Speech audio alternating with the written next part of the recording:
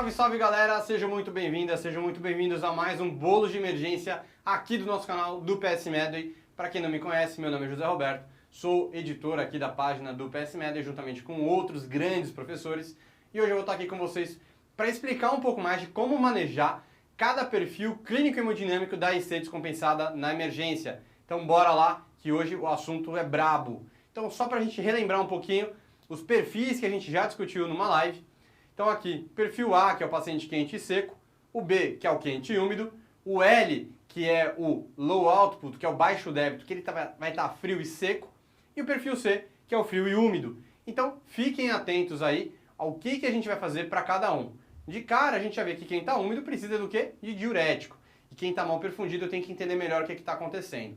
Mas vamos dar uma olhadinha nisso agora, pessoal. Primeiro, vamos ver quem está quente, que são os fáceis aí. Tem boa perfusão tecidual, pressão é boa, tempo de enchimento é quentinho, é bom, a extremidade é quente, o pulso é bom, e o paciente está bem perfundido, está acordado, conversando, tem diurese, show de bola.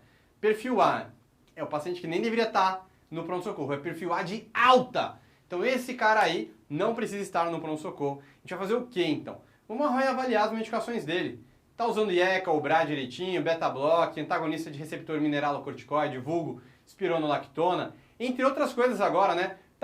Tá utilizando, por exemplo, inibidor de SGLT2, está utilizando sacubitril/valsartana, por exemplo. Se não está, ajusta as medicações e corrige o fator desencadeante dele e reavaliação ambulatorial precoce. Perfil B, pessoal, quente e úmido. Eu vou fazer o quê? Vou tratar a congestão daquele paciente. Então eu vou tirar um pouco de pré-carga, vou tirar um pouco da pós-carga, se possível, e assim eu otimizo o trabalho cardíaco daquele paciente. Sugestão, posso começar com furosemida EV de 0,5 a 1 mg por quilo.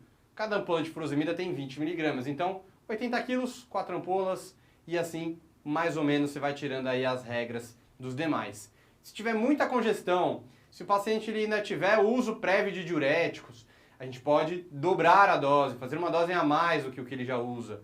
De 1,5 a 2 vezes a dose prévia ambulatorial que ele já tinha.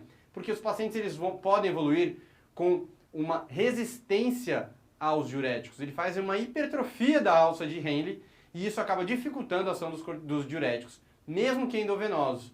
Então a gente pode associar diuréticos para fazer bloqueios sequenciais do néfron.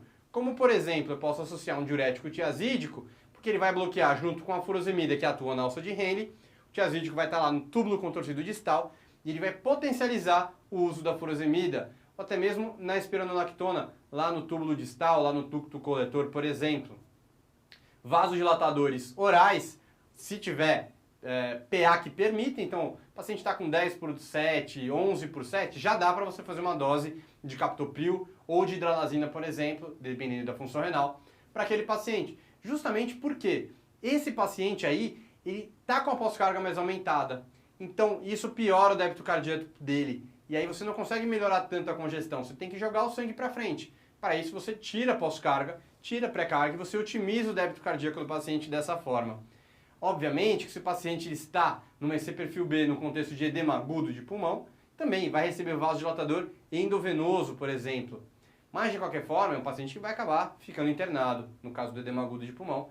No caso da EC perfil B, a gente vai considerar a internação a depender do paciente, suporte social, né, cognitivo, está muito congesto, que é a ponto que não vai conseguir compensar em casa. Lembra, pessoal, o paciente que está hipervolêmico, ele tem edema de alças. Ele também não absorve direito as medicações por via oral. Então não adianta às vezes dar diurético, porque você está dando diurético, ele não vai ter uma resposta boa na urina.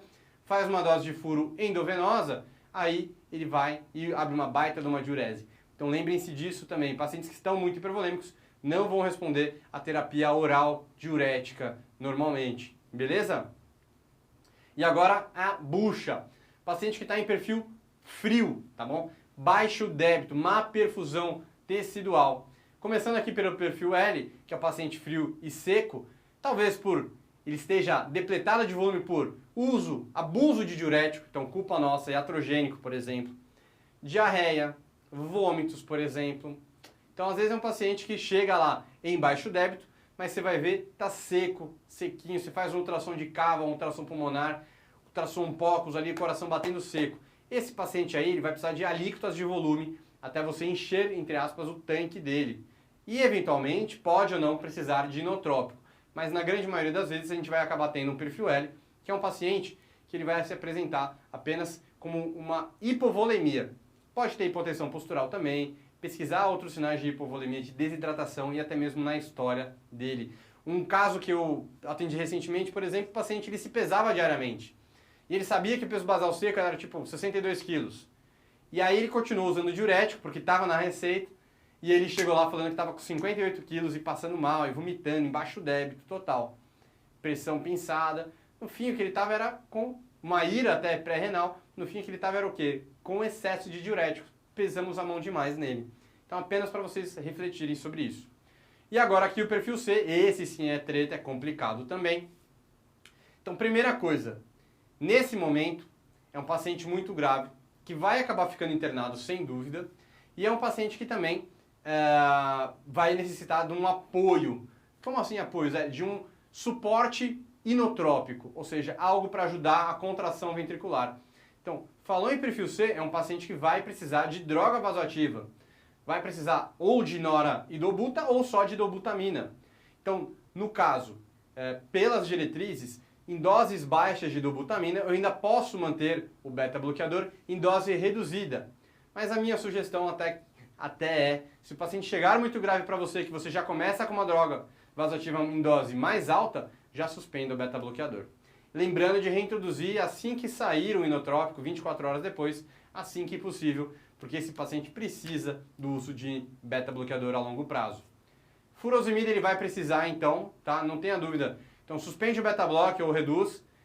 Furosemida vai precisar, ele está congesto, lembre-se disso, sempre endovenosa.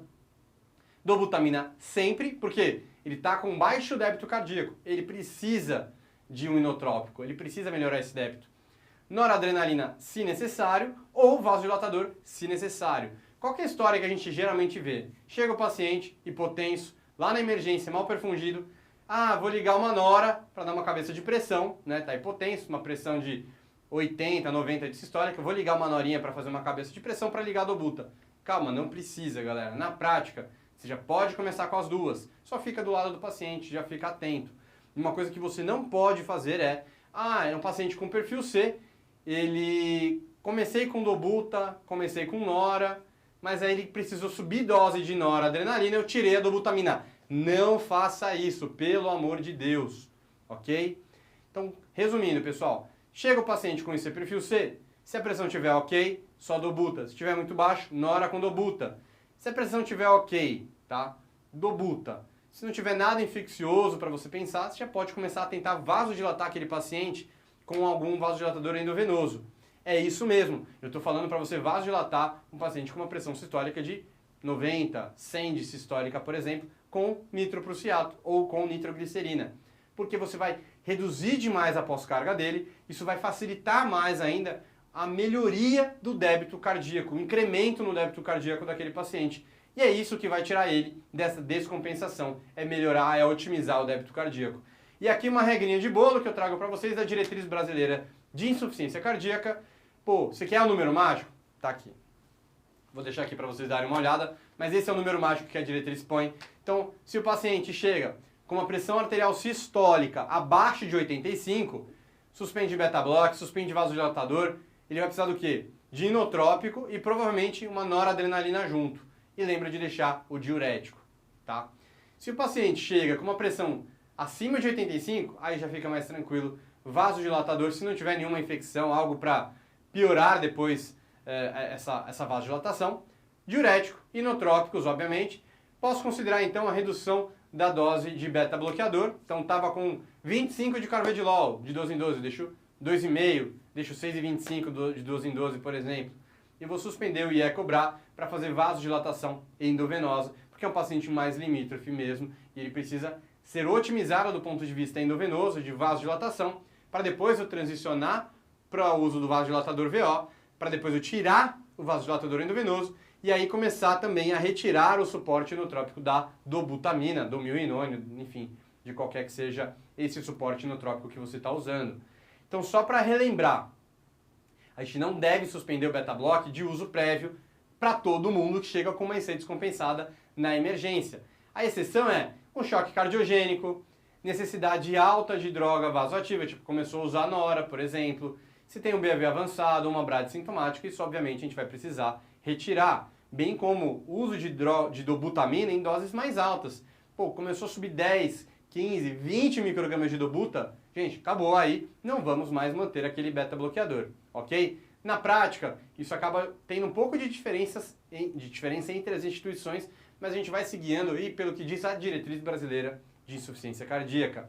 Moçada, era isso que eu queria falar para vocês, espero que tenham aproveitado bastante esse vídeo, porque essa é uma dúvida que chega direto nos nossos directs, nos nossos stories, no suporte do curso. Então, se você gostou, aproveita, já deixa seu like aqui no vídeo, compartilha com seu amigo, porque eu tenho certeza que ele não sabia dessa regrinha de bolo, desses valores aqui para te ajudar na sala de emergência. E se você não conhecia o canal, não deixe de se inscrever aqui no canal e ativar o sininho para você ser notificado sempre que tiver alguma novidade. E tem novidade toda semana, hein, galera? Além disso, se você quiser saber mais sobre o curso do PS Medway, vou deixar aqui o QR Code aqui ao lado para você já se inscrever e conhecer mais sobre um dos melhores cursos de medicina de emergência disponíveis na atualidade. Moçada, é isso meu recado, valeu e um grande abraço!